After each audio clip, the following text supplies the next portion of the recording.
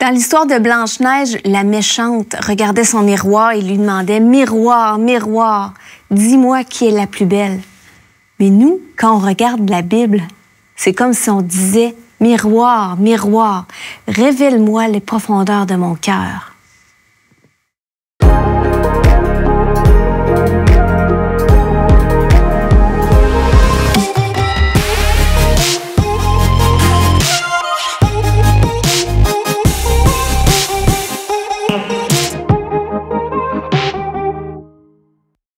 Bienvenue à une autre émission de l'Heure de la Bonne Nouvelle. On poursuit notre série à la croisée des chemins et on est avec Martin L'Hébreu et François. Salut Valérie. Bonjour Valérie, salut Martin. Bonjour. Donc aujourd'hui, Martin, tu vas nous parler d'une rencontre qui révèle le cœur. Quelqu'un m'a déjà dit, quand je lis la Bible, j'ai pas l'impression que c'est moi qui la lis, j'ai l'impression que c'est la Bible qui me lit. Je sais pas si vous avez déjà entendu ça. Hein? C'est quand même Parce juste. Que quand on lit les Écritures, elles nous parlent vraiment dans le fond de notre cœur. Qu'est-ce qu'on a à changer. Donc, c'est vraiment comme un miroir, en effet. Et puis, aujourd'hui, on va voir l'histoire d'un jeune homme riche qui se pensait bon. Lui, là, pour lui, dans sa tête, il était une bonne personne. Mais Jésus lui dit, ben écoute, peut-être tu es une bonne personne aux yeux du monde, mais on va voir qu'aux yeux de Dieu, c'est pas la même histoire. C'est de ça qu'on va parler tantôt. C'est ça. En fait, ce gars-là était sur la mauvaise voie, mais il ne le savait pas. Et c'est exactement la question qu'on a posée, Valérie, au Vox Pop. C'est que, est-ce que ça se peut qu'on soit dans une mauvaise voie, mais sans le savoir? Ça peut arriver. Je veux dire, ça peut arriver à tout le monde de passer dans une mauvaise branche, mais en vrai, est-ce que c'est vraiment une mauvaise branche ou c'est juste le petit croche de la rivière qu'il faut que tu fasses? Ça peut arriver, absolument. J'ai déjà été, moi, dans le champ sur quelque chose, une philosophie, puis que, puis tard, quand je me suis dit, OK, on me dit le contraire, je vais faire des recherches, mais j'étais dans le champ. Oh oui, je suis certaine que je me suis déjà trompée. Je suis certaine que j'ai donné une mauvaise information. Les gens croient en eux-mêmes. Puis souvent, quand ils sont dans le champ, ils savent pas. Alors, ils vont pas... les gens n'aiment pas dire qu'ils n'ont pas raison, bien souvent. On n'a pas la vérité tous. Là, je veux dire, on peut être dans l'erreur puis pas le savoir. Les gens n'aiment pas dire qu'ils n'ont pas raison. Puis j'ajouterais, les gens n'aiment pas ça se faire dire. Encore moins. Qu'ils ont tort. Et malheureusement, ou je dis malheureusement, mais heureusement, mais la Bible, c'est exactement ça qu'elle fait. Elle nous dit qu'on a tort. Elle nous dit qu'on est dans le champ. Elle nous dit qu'on est pécheur devant Dieu. On a quelque chose à régler. Dans l'Ancien Testament, il y a un verset dans une période sombre d'Israël qui dit « Chacun faisait ce qui lui semblait bon. » Il n'y avait pas de roi en Israël. Mais Ésaïe va rajouter, lui, il va écrire un peu plus tard, il va dire « Nous étions tous errants comme des brebis. » Chacun suivait sa propre voie. Mais l'Éternel a fait retomber sur lui, donc il parlait de Jésus, l'iniquité de nous tous. Donc, on peut être dans une mauvaise voie, mais il y a une solution. La parole nous présente cette solution. Oui, c'est ça. Puis moi, je trouve le monsieur, il y a un monsieur qui a dit, j'ai trouvé beaucoup d'humilité, une belle humilité dans les propos qu'on a vus. Mais il y a un monsieur qui a dit que même changer de philosophie. Tu sais, tu peux changer d'idée sur la meilleure sorte de gâteau, là, mais de changer de philosophie, puis il a dit carrément, je me suis aperçu que j'étais dans le champ. Alors, moi, je trouve que ça demande et exige quand même une grande humilité. Ouais. Puis c'est un peu l'attitude qui devrait être chez ceux et celles qui commencent à lire la Bible. Tu sais, mettons, il y en a qui disent, moi, je vais aller lire ta Bible, là, puis je vais te montrer, tu sais, je vais te prouver, tu sais, que c'est tout n'importe quoi. Ou avoir une approche beaucoup plus humble, dire, regarde, Seigneur, moi, je dis ça aux gens, regarde, lis la Bible, demande au Seigneur, quand que tu commences à faire ta lecture, mets-toi devant Dieu puis dis, Seigneur, regarde, moi, là, je suis pas sûr si je vais te comprendre, mais j'aimerais ça que tu m'aides puis que tu ouvres mes yeux. Tu sais, une attitude d'ouverture, d'humilité, c'est sûr que c'est pas très naturel chez l'être humain. Mais même quand il n'y a pas l'humilité, là, il y a des gens, comme tu disais, je vais te prouver que... Puis on dit, je vais la lire, puis finalement... Ils se sont convertis. Oui, je sais de qui tu parles, mais je ne me rappelle plus son nom. Il y a Josh McDowell, il y en a plusieurs.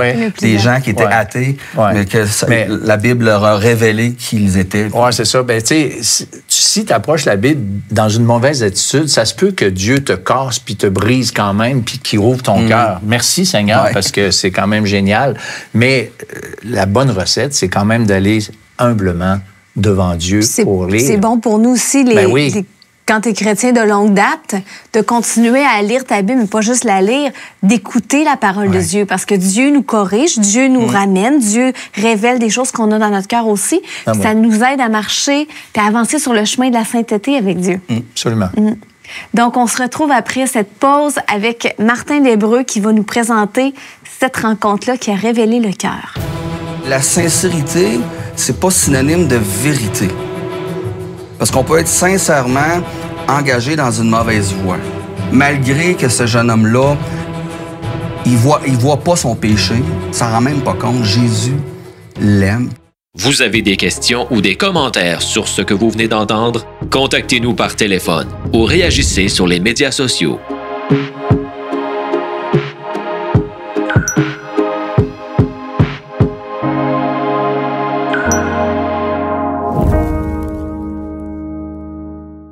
Donc, Martin, aujourd'hui, tu nous parles d'un jeune homme qui était riche et qui est allé vers Jésus. Exactement. On voit ça dans Marc, chapitre 10. Puis je vais le lire, puis je vais commenter à mesure que je vais lire les versets. Donc, Marc 10, verset 17. « Comme Jésus se mettait en chemin, un homme accourut et, se jetant à genoux devant lui, « Bon maître, lui demanda-t-il, que dois-je faire pour hériter la vie éternelle? » Déjà, je trouve que c'est intéressant. On voit dans ça la sincérité. Il a couru. Ouais. Il court, il se jette à genoux, il appelle Jésus « bon maître ». Il cherche vraiment quelque chose. Oui. Il y a une sincérité, on peut pas le nier, mais la sincérité, c'est pas synonyme de vérité. Parce qu'on peut être sincèrement engagé dans une mauvaise voie. Donc, la sincérité, faut la mettre. Oui, elle est importante, c'est bien d'être sincère, mais c'est pas ça qui va sauver une personne. Puis la deuxième chose, il dit, que dois-je faire? Puis dans un autre récit, je pense que c'est Matthieu, je me souviens pas, mais il rajoute, que dois-je faire de bon pour hériter la vie éternelle?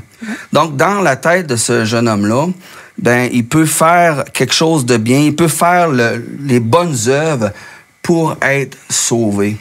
Et beaucoup de gens qui vont penser que par leurs bonnes œuvres, ils peuvent aller au ciel. Ouais. Et là, ben, on voit que finalement, les bonnes œuvres, c'est pas suffisant. Et on voit Jésus lui répondre. Au verset 18, Jésus lui répondit, « Pourquoi m'appelles-tu bon? Il n'y a de bon que Dieu seul. » Et là, j'arrête encore. Parce que là, on aurait l'impression que, Jésus est-tu en train de nier sa divinité? Oui. Ben, on peut pas croire ça, on peut pas dire ça, parce que partout ailleurs dans les évangiles, Jésus affirme de plein de manières qu'il est Dieu. Oui. Même ils ont voulu le tuer. Pourquoi? Parce qu'il se faisait égal à Dieu. Donc, c'est pas ça que ça veut dire ici. Il faut comprendre que le jeune homme voit en Jésus un bon maître, un être humain. Et là, il dit « bon maître ». Puis Jésus est en train de...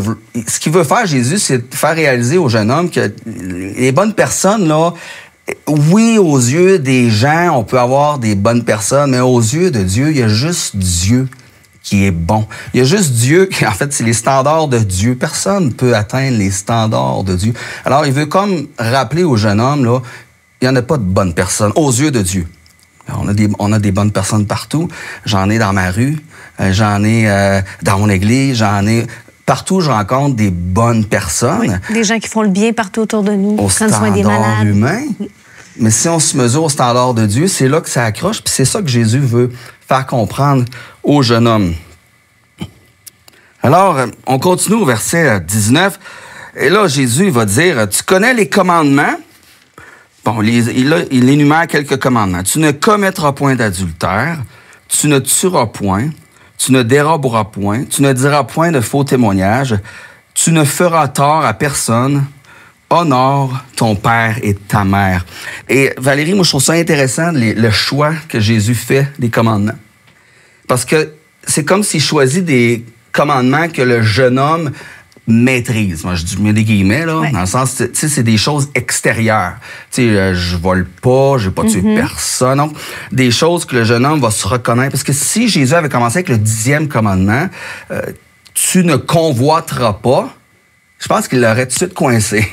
Parce qu'on le sait que c'est un jeune homme riche, il aime ses richesses, et s'il avait dit tu ne convoiteras pas, probablement que le jeune homme, il se serait reconnu.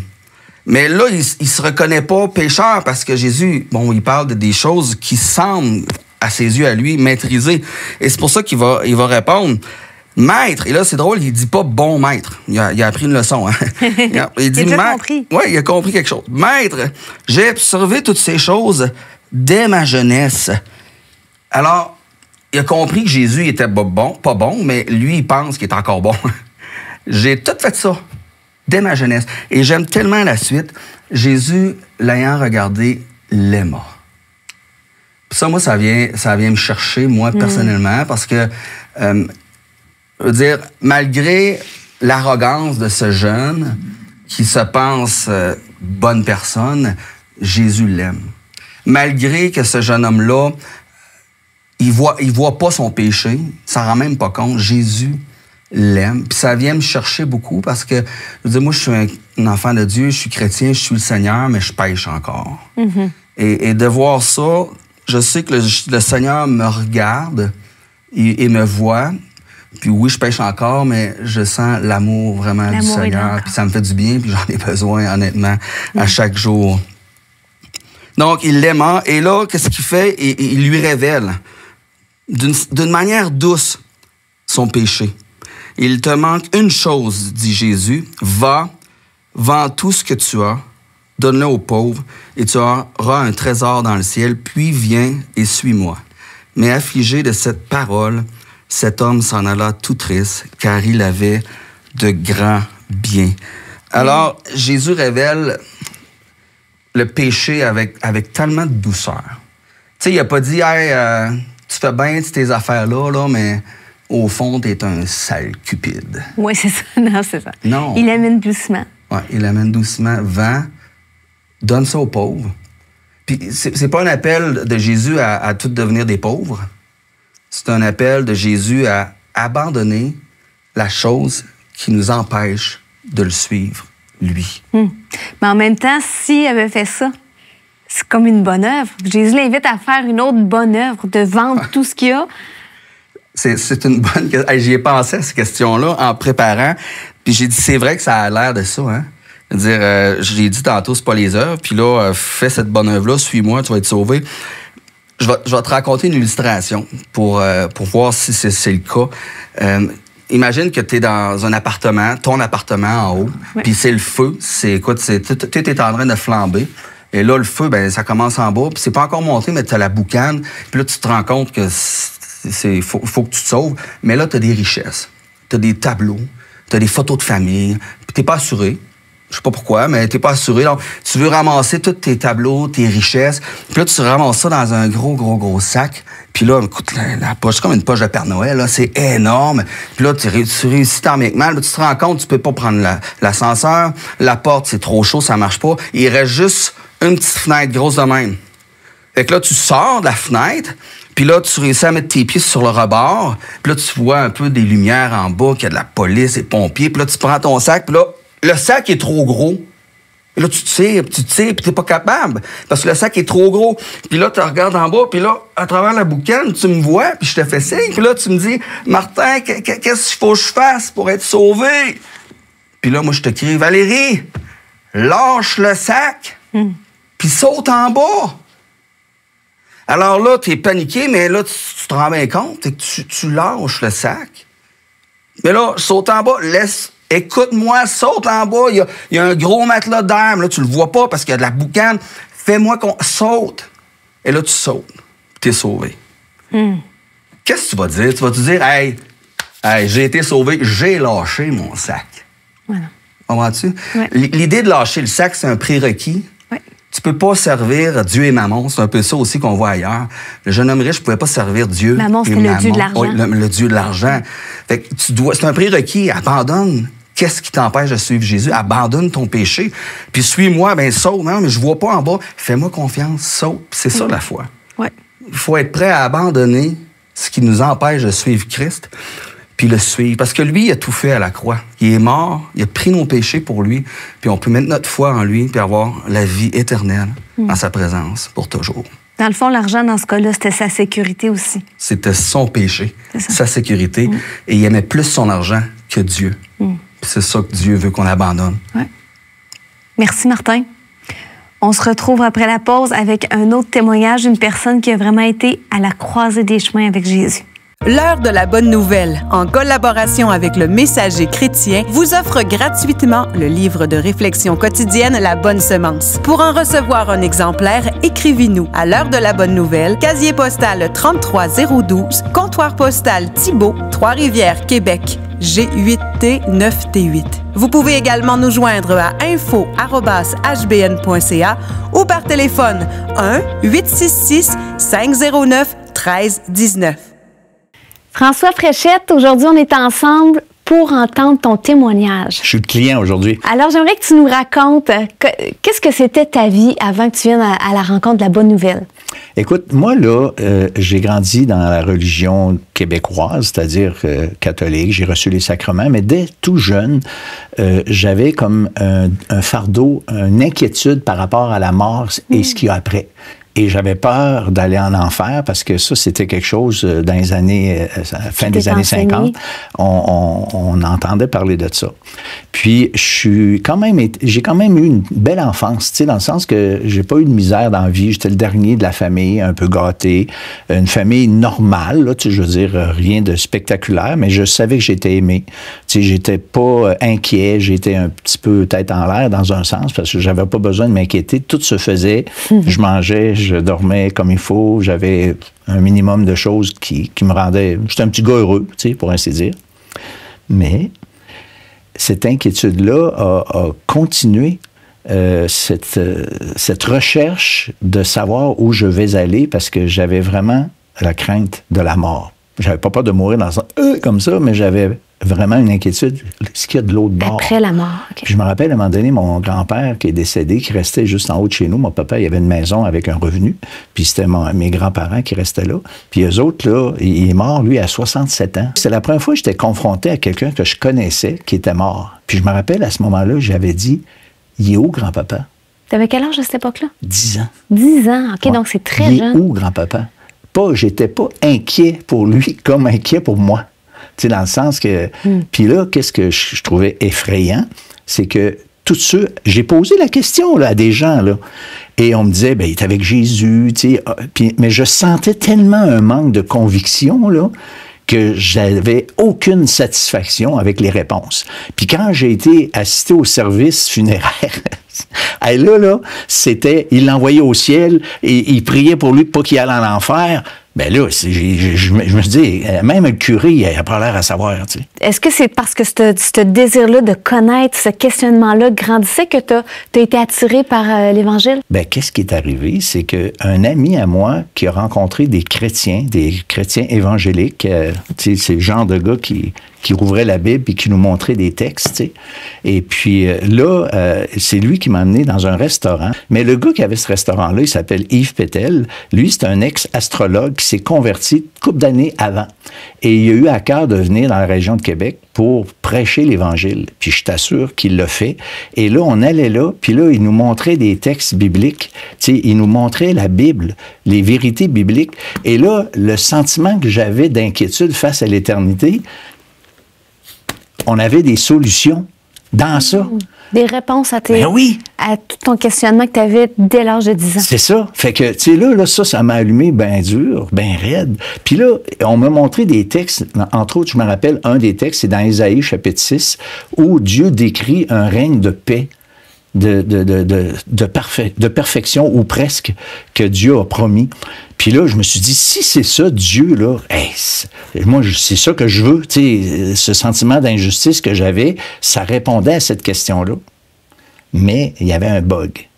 Le bug, c'est, moi, là, je voulais vivre ma vie à ma manière, puis je voulais être avec Dieu. Mais je me suis aperçu qu'on n'était pas sur le même chemin. Alors là, j'ai été obligé de dire, oh, t'as peu, là. Et là, il faut que je fasse un choix. Puis ce choix-là, il est vraiment, je l'ai trouvé difficile. Puis il y a un texte biblique qui m'a tué. Ben, qui m'a tué. Qui t'a interpellé? Oui, il m'a interpellé, pas à peu près. C'est Jésus, c'est dans Matthieu 16, ça dit, alors Jésus dit à ses disciples, si quelqu'un veut venir après moi, qu'il renonce à lui-même, qu'il se charge de sa croix, puis qu'il me suive. Écoute, il y avait pas mal de stock sur la table, là.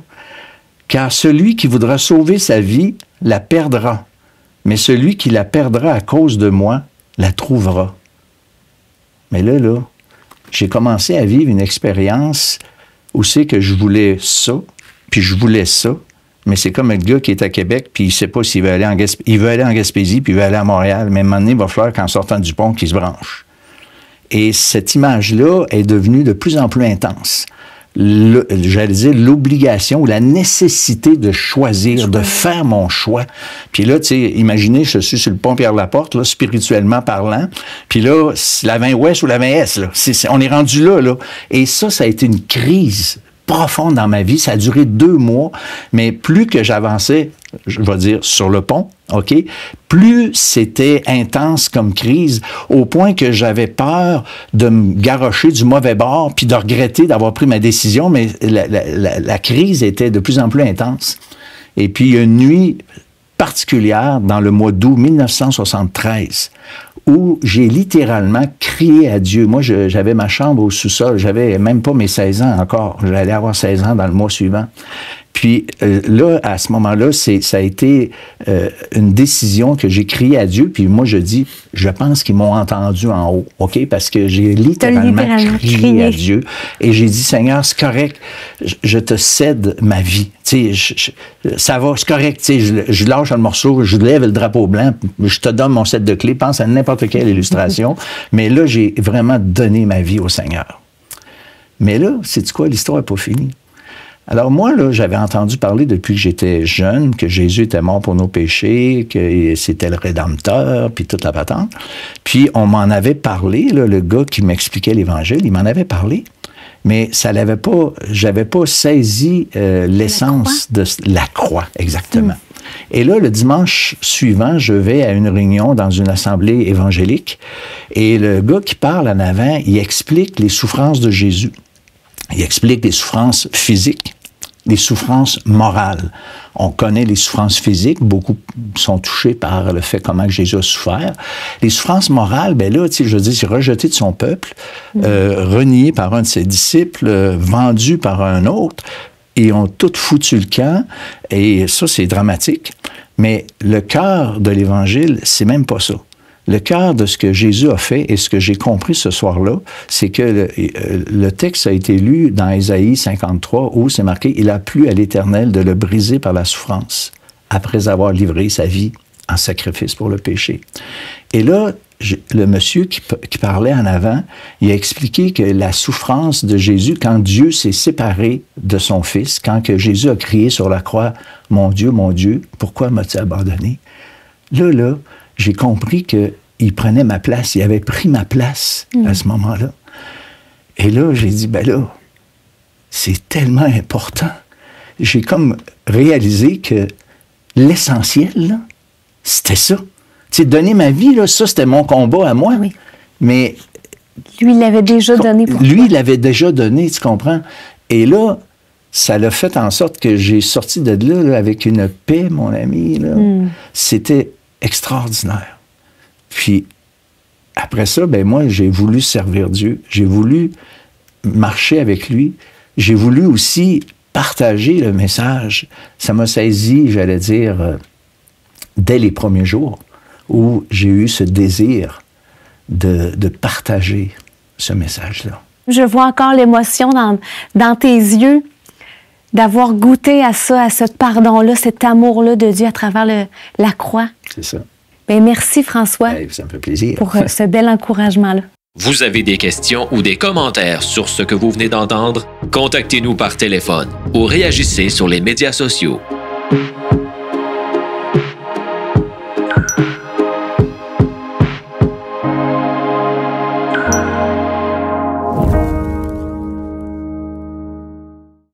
Le site web de l'Heure de la Bonne Nouvelle vous permet de voir les émissions de la série en cours et de visionner celles des années précédentes. Dans la section Liens utiles, nous identifions plusieurs liens Internet donnant accès à du contenu évangélique de qualité. On y retrouve une tonne de moyens concrets pour vous aider à poursuivre et enrichir vos réflexions.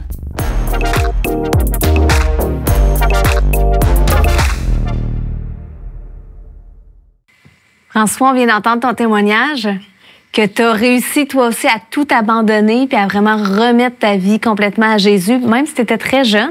Tu étais un jeune homme. Oui, puis aussi, surtout, j'ai lutté. Là. Tu sais, je veux dire, moi, là, je ne l'ai pas trouvé facile là, quand j'ai saisi la nécessité du renoncement. Ouf! Mais il y en a qui ont à renoncer à plus que d'autres aussi dans la vie. Puis j'avais une autre histoire, j'ai pas eu le temps tantôt, mais je vous la raconte rapidement. Un autre jeune homme riche, 20e siècle, donc un peu plus proche de nous. Il s'appelle William Borden. Puis lui, à 16 ans, il a eu un appel missionnaire. Il a fait le tour du monde, puis il a vraiment senti un appel missionnaire. Alors, il est revenu chez lui, puis il a vendu, il en avait pour au-dessus $1 million. Il a tout donné à une mission.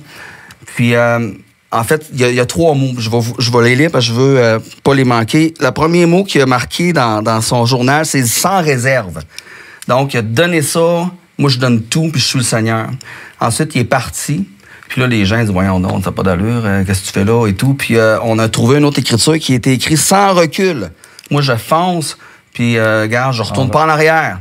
Et puis finalement, à 24 ans, il a attrapé une méningite, puis il est décédé. Et puis on a trouvé sa dernière inscription qui est sans regret. Donc, regarde, il a tout donné, il a suivi le Seigneur, il n'a jamais regretté, mais le Seigneur l'a ramené à lui à l'âge de 25 ans. C'est ça, il y a une différence entre le prix que Jésus a dû payer pour nos péchés et le prix qu'on doit payer ou ce à quoi on doit renoncer pour le suivre. Et chacun d'entre nous, on est appelé à écouter ce que Jésus nous dit, de demander pardon à Dieu pour avoir vécu indépendamment de lui et ensuite se tourner vers lui pour marcher avec lui. Mais lui, en échange de notre confiance, il nous sauve, il nous pardonne et il exige de nous qu'on fasse de lui non seulement notre sauveur, ce qu'il veut être, mais aussi notre Seigneur, ce qu'il doit être. Valérie, j'ai juste te dire quelque chose. Il y a un monsieur qui avait beaucoup gagné d'argent et puis il avait beaucoup donné. Puis un jour, il y a eu un revers de fortune. Et finalement, quelqu'un lui a dit, « Regarde, si tu n'avais pas tant donné. » Et l'autre, il a répondu, « Ce que j'ai donné, c'est le seul argent que j'ai pas perdu. » Wow! Bien, merci d'avoir été avec nous encore une fois aujourd'hui. Bienvenue. Et nous, on se dit à la semaine prochaine, mais d'ici là, prenez le temps d'aller faire un tour sur notre site web hbn.ca. Vous avez accès à une tonne d'archives de nos anciennes séries, des liens utiles aussi. Puis, on est toujours heureux de lire vos commentaires sur les médias sociaux. Alors, bonne semaine à tous et on se revoit très bientôt. Jésus lui dit, « C'est moi qui suis la résurrection et la vie. Celui qui croit en moi vivra même s'il meurt. Et toute personne qui vit et croit en moi ne mourra jamais.